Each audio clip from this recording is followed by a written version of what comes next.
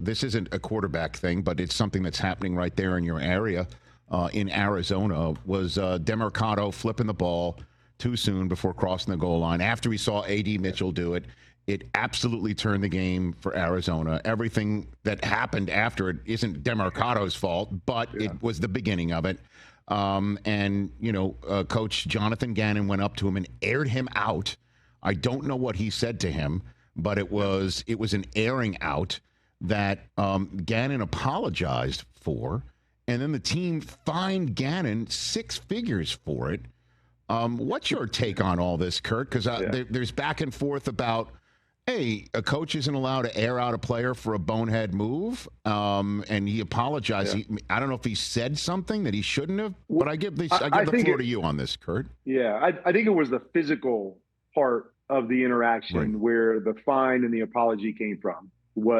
I don't think it was about, getting on him and yelling and screaming at him, but, there was, a lot of people said he hit him, he punched, I don't know. I mean, I've had lots of coaches, I would say physical, they just push you, whatever. I mean, I've had that happen a lot in this sport. And so I didn't really make as much of that as a lot of people did. I know in this day and age, it can be a bigger issue than, maybe it was a decade ago.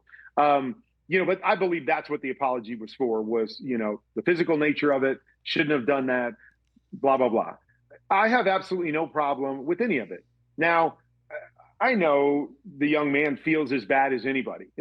He knows he made a mistake. He knows it was a bonehead move, especially after what happened the week before. Just like the week before, neither one of these guys thought they did it, right? They thought they crossed the goal line before they did. So those things happen. And I know we say they can't happen. They shouldn't happen. Why do they happen? And I fully understand why Coach Gannon was irate.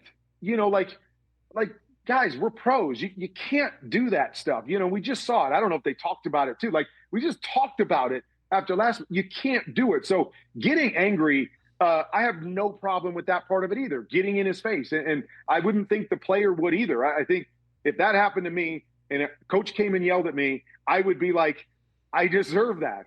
I mean, I know, and I feel awful. You don't have to yell at me because I'm a grown man and won't make the mistake again, and we'll learn from it. But I understand why you're yelling at me, and I have no problem with that. And I'm moving forward. And the young man took full ownership of it as well. And so the fine, I don't know. I mean, it doesn't make sense to me, just because I think that's part of football. And sometimes we all go over the line, yelling and screaming or pushing a teammate or, physical part of it.